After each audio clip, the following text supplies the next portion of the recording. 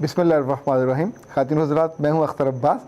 रात के 2 बजे हैं और मैं आपसे मुखातिब हूँ, बल्कि मेरा दिल आपसे मुखातिब है। बहुत से लोग पूछते हैं सवालात में कि आप बड़े बड़े मसाइल पे क्यों नहीं बात करते, चूँकि कुछ लोगों का जी चाहता है कि वो सियासी मसाइल पे और इस तरह के मुल्की मसाइल पे बात करें। तो आपको मैं दिलचस्प बात बताऊँ, गुज़श्ता 3 दिहाइयों से मैं मुसलसल ज़ाहिर मीडिया में हूँ, अखबारात में बहुत लंबा मेरा करियर है। पहले मैं 5 अखबार पढ़ता था, फिर 3 किए, फिर 2 किए, पर धीरे धीरे मैंने ज़िंदगी से सीखा कि जितनी बड़ी बड़ी बातें की जाएं दुनिया को बदलने की और उम्मत मुसलमान को कुछ करने की, ये सब सोए रहेंगे, अपनी मर्ज़ी करेंगे।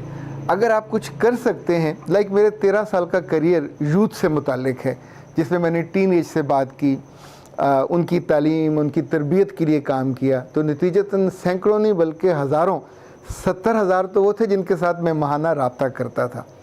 उनकी ज़िंदगी बदली, उनकी दुआएं आज भी मुझको मिलती हैं। वहाँ से फिर मैं यूनिवर्सिटी गया। यूनिवर्सिटी में उन टीन एज से बड़े बच्चे और बच्चियाँ थे। वहाँ मेरे लिए नया एक वेन्यू खुला।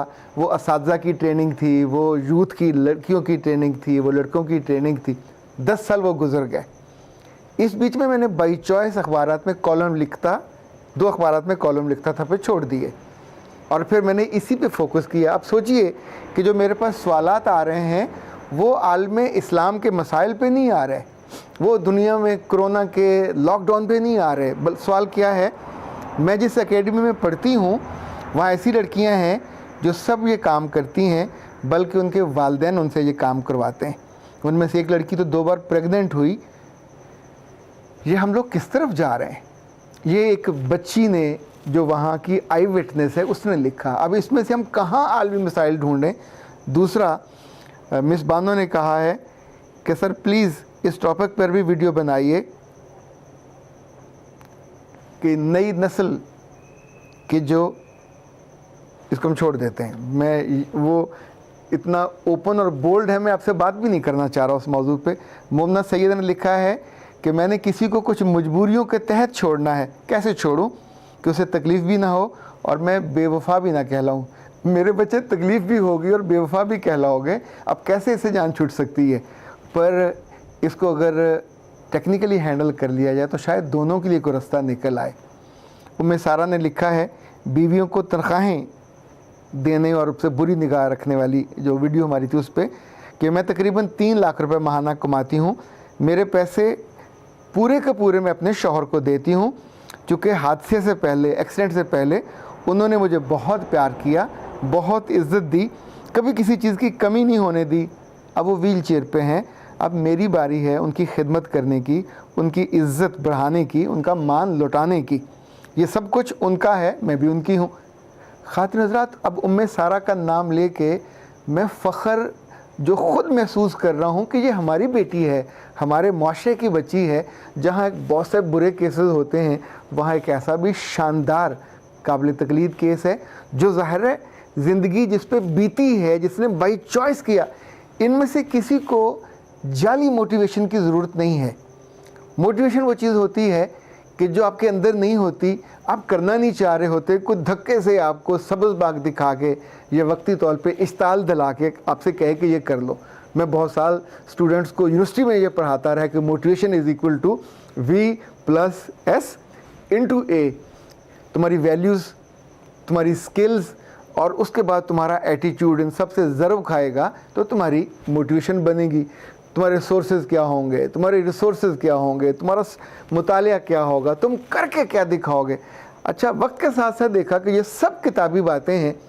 अमली तौर पे तो जब ये बच्चे और बच्चियाँ डिग्रियाँ करके अमली ज़िंदगी में आते हैं तो सुबह शाम रोते हैं। वो MBA हो, वो PhD हो, वो MBBS हो, वो इंजीनियर हो, किसी भी डिग्री वाली लड़की को जब अपने घर जाती है तो रोती है। उसका मियाँ उसको रुलाता है, उसका सास उसको, उसकी सास उसको रुलाती है, उसकी नंद उसको रुलाती है। वहाँ से रोती हुई निकलती है और काम पे जाती। अच्छा, जो काम पे नहीं है वो घर पे हैं, वो सारा दिन अपने आप को जिस अजाब से लाइक उसके घर वालों ने, अगर उसकी नंद को सोने का जेवर सही नहीं डाला, उसके अब्बा ने ससुराल वालों की बात सुन के एतबार कर लिया कि हमें कुछ नहीं चाहिए, और उस बेचारे ने ये सोच के कि वाकई में कुछ नहीं चाहिए, कुछ नहीं दिया, या उन्होंने कहा हम तो थोड़े से लोग लेके आएंगे और बस आप खाना सादा सा कर लीजिए। अब उसने वाकईतन ये समझा कि सादा सा खाना मांग रहे हैं और सादा सा खाना दे दिया, और उसके बाद सारी उम्र उस बच्ची को ताने सहने पड़ते हैं। वो जितनी मर्जी पढ़ी लिखी हो, उसका बाप उसकी इतनी बड़ी बड़ी दाढ़ी हो, वो पाकिस्तान का नेक तरीन आदमी हो, उसकी बच्ची तो रोएगी, सहेगी। अब इसमें मोटिवेशन कहाँ से लेके आएँ, इसमें आलम इस्लाम के मसले कहाँ से लेंगे। आप जब मुझे लिखते हैं कि सर आप उस मसले पे क्यों नहीं बोलते, उस पे क्यों नहीं बोलते, ऐ प्यारे लोगों, ये 52% लड़कियां हैं और आने वाले दिनों में ये 52%, मेरा ख्याल 62 पे चली जाएंगी। अब सोचिए, वो नाखुश हैं। जब वो नाखुश है, उसकी माँ नाखुश है, उसके बहन भाई नाखुश हैं, उसका बाप जितना मर्ज़ी बड़ा अफसर हो, जितना मर्ज़ी बड़ा बिजनेसमैन हो, उसकी ज़िंदगी में खुशी ख़त्म हो जाती है। जो रिस्क जितना मर्ज़ी हो, मर्तबा जितना मर्ज़ी हो, जो समाजी तौर पे बेटी या बेटे के साथ अगर वो नाखुश हैं तो ज़ाहिर है ये पूरी नाखुशी घर तक ट्रांसफ़र होती है, एक एक फ़र्द को उसका टीका लगता है। इसीलिए मैं इन मौज़ूआत पे बात करता हूँ और अपने पास से नहीं कर रहा होता। हाँ, जिस बात पे मैं ब्लेस्ड हूँ वो ये कि मैं पूरी नेक नियति से सोचता हूँ और उनको वो हल देने की कोशिश करता हूँ कि जो मुझे लगता है कि ये बेहतरीन हल हो सकता है। पिछले दिनों एक बहन भाई मेरे पास आए और दोनों बड़े खूबसूरत थे, अच्छे थे, पढ़े लिखे थे, दोनों जॉब करते थे। उन्होंने कहा कि अभी हम दोनों की शादी नहीं हुई, हमारे अब्बा बैंक से बहुत बड़े अफसर थे, लाइक वाइस प्रेसिडेंट से भी ज़रा ऊपर, रिटायर हुए तो अब उनको ढेर सारे पैसे मिले, हमारा घर बहुत अच्छा है, 3 गाड़ियाँ हमारे घर में, और अब्बा हमारी शादी करने की बजाय अपनी शादी करने लगे।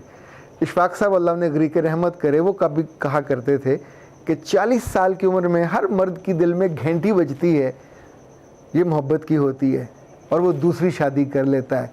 हालांकि ये मोहब्बत अल्लाह से मोहब्बत की घंटी होती है। वो कहता वापस आओ, बहुत तुमने दुनियादारी कर ली, अब मुझसे मोहब्बत करो। पर वो इशफाक साहब तो 40 साल की जब बात करते थे लोग हंसते थे। अब सोचें 60 साल, 62 साल, 63 साल की उम्र में घंटी क्या, दिल में कितने सारी घंटियाँ और घंटे बजने लगते हैं, चूँकि पैसा पास है, चूँकि घर है, चूँकि गाड़ियाँ हैं। और जिस लड़की से उन साहब को मोहब्बत हुई है वो 20 साल की है। आप सोचिए, उसकी अपनी बेटी से भी छोटी। अच्छा, जब वो बेचारे बिल्कुल सीरियसली सारी बातें बता रहे थे तो अचानक मैंने उनको मसले का हल बताया तो हम तीनों खिलखिला के हंस पड़े।